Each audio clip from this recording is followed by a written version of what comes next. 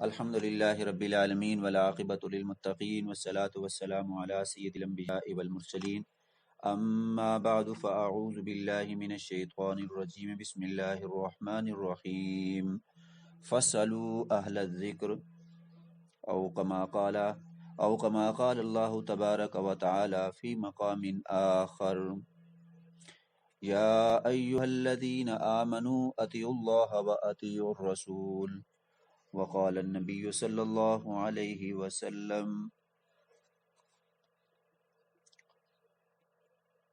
بین العبد وبین الكفر ترک الصلاة وقال النبی صلی اللہ علیہ وسلم فی مقام آخر العہد الذی بیننا وبینہم ترک الصلاة فمن ترکها فقد کفر او کما قال علیہ الصلاة والسلام صدق اللہ وصدق رسولہ النبی الکریم ونحن على ذلك لمن الشاہدین والشاکرین والحمد للہ رب العالمین اللهم صل على محمد وعلى آل محمد كما صليت على إبراهيم وعلى آل إبراهيم إنك حميد مجيد اللهم بارك على محمد وعلى آل محمد كما باركت على إبراهيم وعلى آل إبراهيم إنك حميد مجيد سامعین محترم، درس حدیث کا آج دوسرا درس ہے۔ آج کے درس میں ہم عبادات کے حوالے سے پڑھیں گے۔ اسلام کی بنیاد 5 ستونوں پر ہے۔ کل ہم نے حدیث میں پڑھا تھا کلمہ، نماز، زکوٰۃ، حج اور روزہ۔ ان میں سے جو کلمہ ہے اس کا تعلق ایمانیات کے ساتھ ہے، اس لیے ہم نے کل ایمانیات کے اندر کلمے کا ذکر پڑھا۔ آج ہم بقیہ 4 چیزیں، نماز، زکوٰۃ، حج اور روزہ ہے، اسے پڑھیں گے۔ تو ان 4 عبادات میں سے سب سے پہلی عبادت نماز ہے کہ اسلام کے اندر داخل ہونے کے بعد سب سے پہلا فریضہ جو انسان پر لازم ہوتا ہے وہ نماز ہے۔ اس لیے حدیث شریف آپ کے سامنے جو تلاوت کی ہے، آپ صلی اللہ علیہ وآلہ وسلم نے ارشاد فرمایا کہ بندے کے اور کفر کے درمیان نماز چھوڑ دینا ہی کا فاصلہ ہے۔ اور دوسری حدیث میں ارشاد فرمایا کہ ہمارے اور اسلام قبول کرنے والے عام لوگوں کے درمیان نماز کا عہد و میثاق ہے، یعنی ہر اسلام لانے والے سے ہم نماز کا عہد لیتے ہیں جو ایمان کی خاص نشانی اور اسلام کا شعار ہے۔ گویا جو آدمی نماز نہیں پڑھتا تو گویا وہ مومن ہی نہیں ہے، حدیث کی روح سے یہ معلوم ہوتا ہے۔ پھر ایک اور حدیث میں آتا ہے، فرمایا کہ 5 صلوات افترضہن اللہ تعالی من احسن وضوءہن وصلاہن لوقتہن واتم رکوعہن وخشوعہن۔ لمبی حدیث ہے کہ 5 نمازیں اللہ نے فرض کی ہیں جس نے ان کے لیے اچھی طرح وضو کیا، ٹھیک وقت پر ان کو پڑھا، رکوع سجود بھی جیسے کرنے چاہیے ویسے ہی کیے، خشوع کی صفت کے ساتھ ان کو ادا کیا، تو ایسے شخص کے لیے اللہ کا پکا وعدہ ہے کہ وہ اس کو بخش دے گا۔ جس نے ایسا کیا تو اس کے لیے اللہ تعالیٰ کا کوئی وعدہ نہیں، یعنی نماز کے بارے میں اس نے کوتاہی وغیرہ کی تو پھر اس کے لیے اللہ کا کوئی وعدہ نہیں، چاہے تو اس کو بخش دے چاہے تو اسے سزا دے دے۔ تو یہ جو اتنی اہم عبادت ہے کہ اسلام میں داخل ہونے کے بعد سب سے پہلا محکم فریضہ جو مسلمانوں پر فرض ہے وہ نماز کا ہے۔ ظاہر ہے اس نماز کو ہم نے سیکھنا ہے۔ اب اس نماز کے لیے سب سے پہلی چیز جو ہے وہ ہے طہارت۔ اگر آپ پاک ہیں، آپ کے کپڑے پاک ہیں، آپ کا جسم پاک ہے تو پھر آپ نماز ادا کر سکتے ہیں۔ اگر آپ کا جسم پاک نہیں ہے، کپڑے پاک نہیں ہیں آپ کے، پھر آپ نماز ادا نہیں کر سکتے۔ چنانچہ حدیث میں آتا ہے الطہور شطر الایمان، کہ پاکیزگی جو ہے یہ ایمان کا حصہ ہے۔ اور ایک اور حدیث میں آتا ہے، فرمایا کہ عن ابن عباس رضی اللہ تعالی عنہ قال مر النبی صلی اللہ علیہ وسلم بقبرین قال انہما لا يعذبان وما يعذبان في كبير اما احدهما فكان لا يستتر اور مسلم شریف کی روایت میں آئے لا یستنزع من البول. واما الاخر فكان يمشي بالنميمة ثم اخذ جريدة رطبة فشقها بنصفين ثم غرز في كل قبر واحدة قالوا يا رسول الله لما صنعت هذا فقال لعله ان يخفف عنهما ما لم يئبسا. ترجمہ یہ حدیث کا کہ رسول اللہ صلی اللہ علیہ وسلم کا گزر جو ہے 2 قبروں پر ہوا تو آپ صلی اللہ علیہ وسلم نے فرمایا کہ جو 2 آدمی ان قبروں میں مدفون ہیں ان پر عذاب ہو رہا ہے، اور کسی ایسی گناہ کی وجہ سے یہ عذاب نہیں ہو رہا جس کا معاملہ بہت مشکل ہوتا، یعنی ایسی گندگی یا نجاست کے جس سے بچنا بہت دشوار ہوتا، بلکہ یہ دونوں ایسے گناہ کی پاداش میں عذاب دیے جا رہے ہیں جس سے بچنا بالکل بھی مشکل نہیں تھا. ان میں سے ایک کا گناہ تو یہ تھا کہ وہ پیشاب کی گندگی سے پاک رہنے کی کوشش اور فکر نہیں کرتا تھا، اور دوسرے کا گناہ یہ تھا کہ چغلیاں لگاتا پھرتا تھا. پھر رسول اللہ صلی اللہ علیہ وسلم نے کھجور کی ایک تر شاخ لی بالآخر ہی. آپ نے 2 حدیثیں میں نے آپ کے سامنے پڑھ لی، ایک میں یہ ہے کہ پاکی جو ہے یہ، اور دوسری آپ کے سامنے یہ پڑھی کہ ناپاکی کی وجہ سے قبر کے اندر شدید عذاب ہو رہا تھا. تو جسم کو پاک رکھنا، کپڑوں کو پاک رکھنا، یہ ایک مومن اور مسلمان کے لیے فرض کے درجے میں ہے. بعض لوگ خیال نہیں کرتے، چاہے وہ پاخانے میں واش روم میں پاخانے کے لیے جاتے ہیں یا بہر جنگل وغیرہ صحرا وغیرہ کے اندر ان کے واش روم گھروں میں نہیں ہوتے، دیہاتوں میں جو لوگ رہتے ہیں وہاں جاتے ہیں تو گندگی اور نجاست سے اپنے جسم کو پاک رکھنے میں احتیاط نہیں کرتے، جس کی وجہ سے ان کے کپڑے، ان کا جسم ہمیشہ گندا رہتا ہے. اور بعض لوگوں کی یہ گندی عادت ہوتی ہے کہ واش روم میں جاتے ہیں یا صحرا روڈ وغیرہ یا کہیں بھی جا کر وہ پاخانہ وغیرہ کرتے ہیں تو ہاتھوں کو نہیں دھوتے. یہ اخلاق کے خلاف ہے، اسلام کے اصولوں کے خلاف ہے. آپ اپنے ہاتھوں کو دھو لیں. آپ تسلی کے ساتھ واش روم سے پاخانے کی جگہ سے اٹھیں جب آپ کو تسلی ہو کہ مکمل طور پر قضاء حاجت سے میں فارغ ہو چکا ہوں، ورنہ قطرے گرتے رہیں گے، آپ کا جسم، آپ کا کپڑے ناپاک رہیں گے. جب آپ کے کپڑے ناپاک ہوں گے تو یہ نماز آپ کی قبول نہیں ہوگی. اس لیے نماز کے لیے طہارت بہت ضروری ہے، طہارت کے مسائل کو سیکھنا بہت ضروری ہے.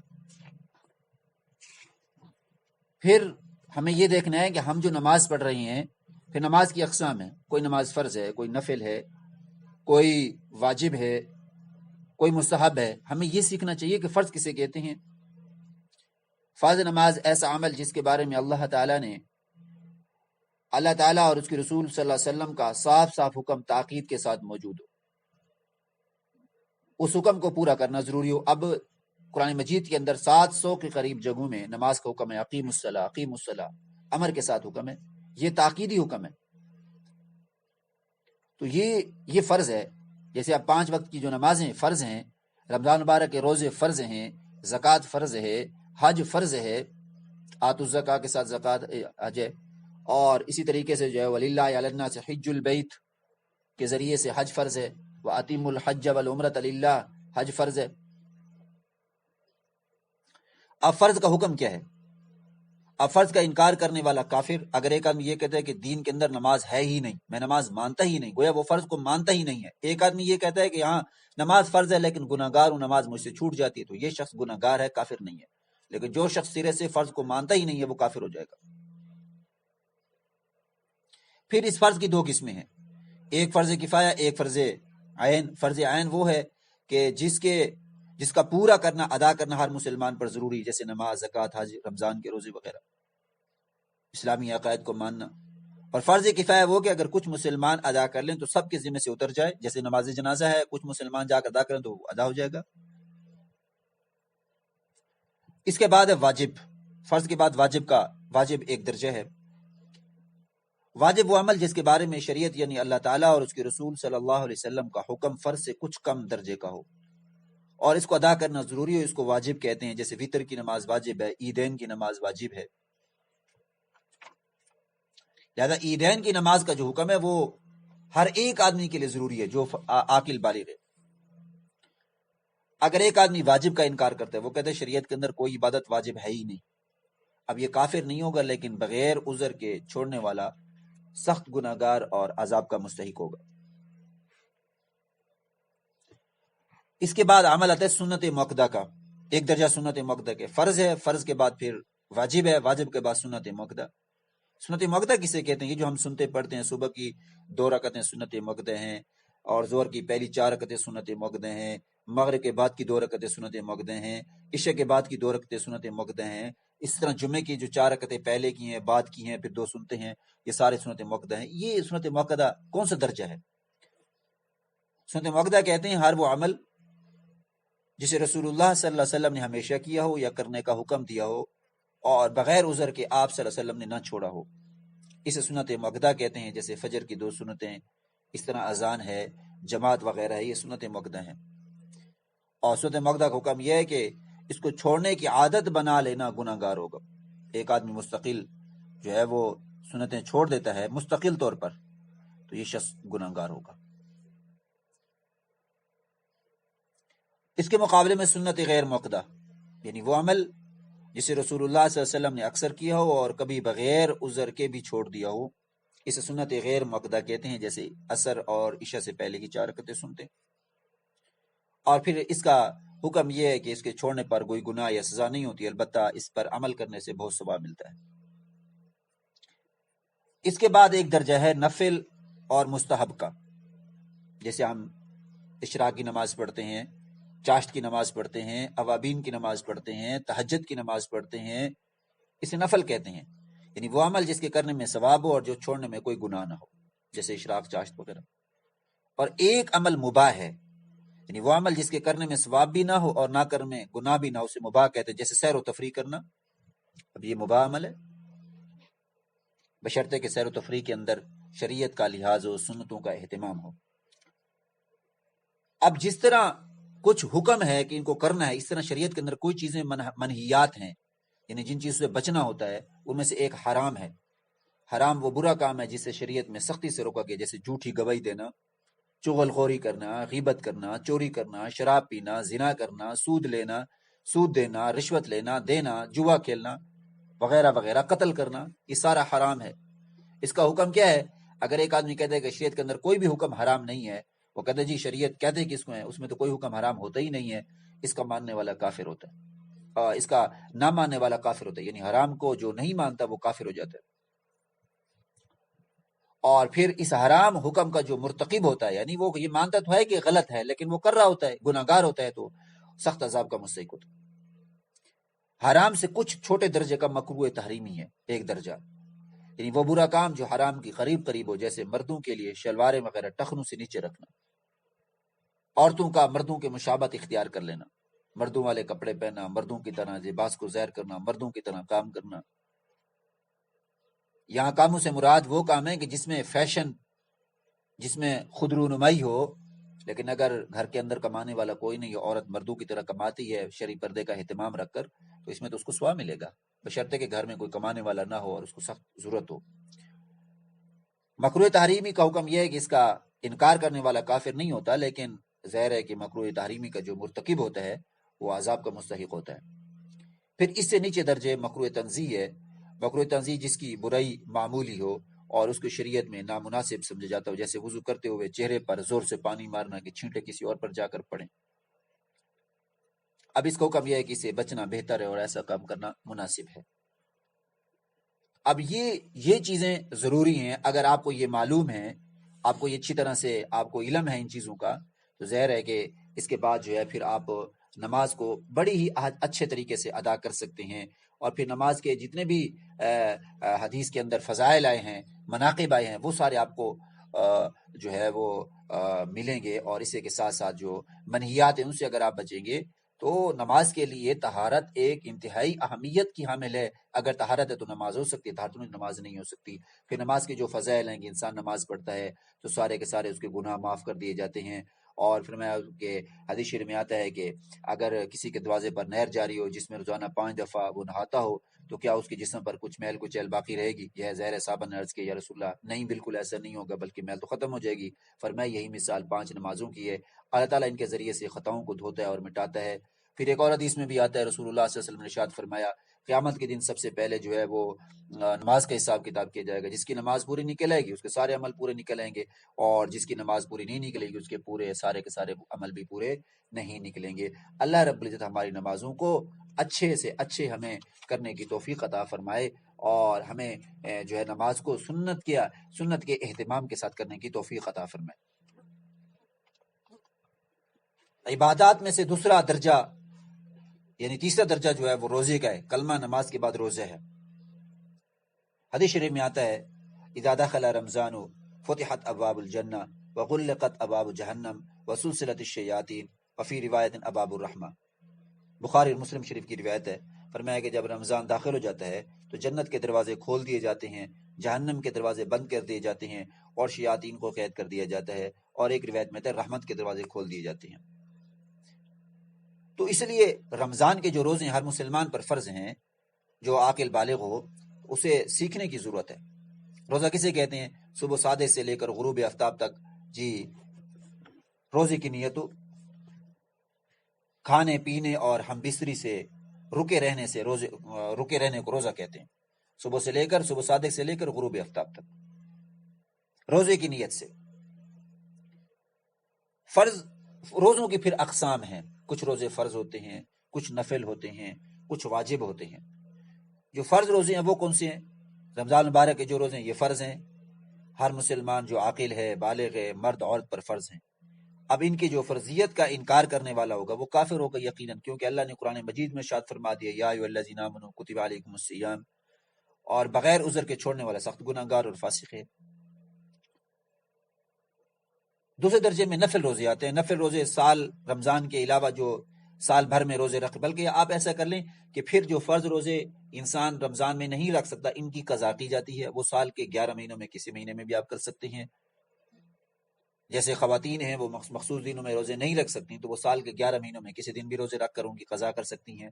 یا کوئی آدمی بیمار ہے یا کہ سفر پر گیا ہوا ہے، ظاہر شریعت نے سفر کی وجہ سے اسے رخصت دی ہے، تو اب وہ اپنا روزہ بعد میں رکھ سکتا ہے. اب اس کے بعد جو ہے وہ کوئی آدمی جو ہے وہ نیت کر لیتا ہے، مثال طور پر یوں کہتا ہے کہ میرا اگر بیٹا کامیاب ہو جائے، میرا بھائی کامیاب ہو جائے، یا میری فلاں جگہ شادی ہو جائے، یا مثال طور پر مجھے اللہ گاڑی دے دے، یا میرا فلاں کام ہو جائے تو میں روزے رکھوں گا. اس کو نظر کے روزے کہتے ہیں. یہ واجب ہوتے ہیں تو پھر وہ روزے رکھنا ضروری ہوتے ہیں. اور ایک ہے نفلی روزے جو سال بھر کے علاوہ میں ہوتے ہیں. اس میں جو ہے وہ نفلی روزے جو ہوتے ہیں ان میں سال بھر میں آپ روزے رکھ سکتے ہیں سوائے یعنی رمضان کے مہینے کے، اس میں نفلی روزہ نہیں ہوتا.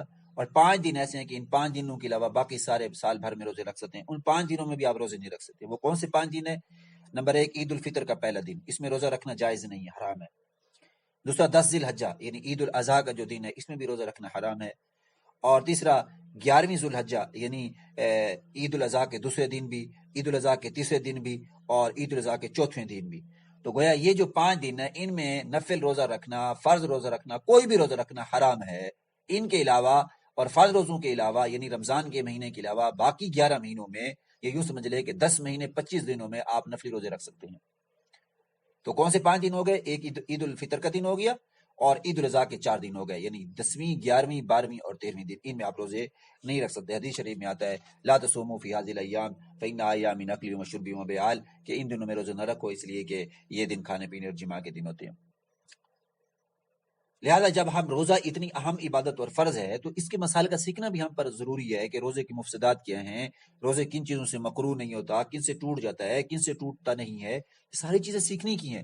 اگر ہم نہیں سیکھیں گے، روزے کے مسائل نہیں سیکھیں گے، روزے کے مفاسد نہیں سیکھیں گے، روزے کے شرائط کا ہمیں علم نہیں ہوگا، روزے کے فضائل کا علم نہیں ہوگا، بس ایک ہم روزہ رکھتے ہیں کہ جی صبح کو اٹھے اعلان ہو گیا روزہ رکھا، شام کو افطار کر دیا، بھائی یہ تو ہم بھوکے پیاسے رہ گئے. ہمیں تو روزے کے مسائل کا، روزے کے شرائط کا، اور روزے کے متعلق عبادات کا، روزے کے متعلق اللہ تعالیٰ کی طرف سے انعامات کا علم نہیں ہے، رسول اللہ علیہ وسلم کی سنتوں کا علم نہیں ہے، اور روزے کے منہیات کا علم نہیں ہے، مامورات کا علم نہیں ہے. تو یہ سیکھنے چاہیے.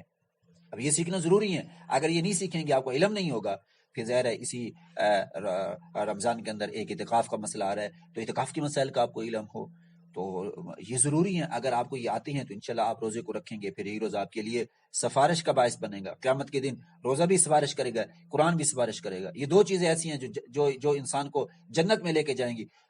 مسجدیں بھی جنت میں لے کر جائیں گی، روزہ بھی جنت میں لے کر جائے گا، قرآن بھی جنت میں لے کر جائے گا. روزہ لڑے گا اللہ سے، میری وجہ سے بھوکا پیاسا رہا ہے، سارا دن اس نے اپنے آپ کو بھوکا اور پیاسا میری وجہ سے رکھا. یا اللہ، یا مجھے اپنی عبادت سے نکال دے، یا اس کو جنت دے دے. اللہ جنت میں داخل کر دے گا اس روزے کی وجہ سے. وہ روزہ ہمارا روزہ کیسے بنے گا؟ وہ اس طریقے سے بن سکتے ہیں کہ ہم روزے کے منہیات اور معمورات کو بجا لیں، اور ہمیں پہلے سے علم ہو. ہمیں سیکھنا چاہیے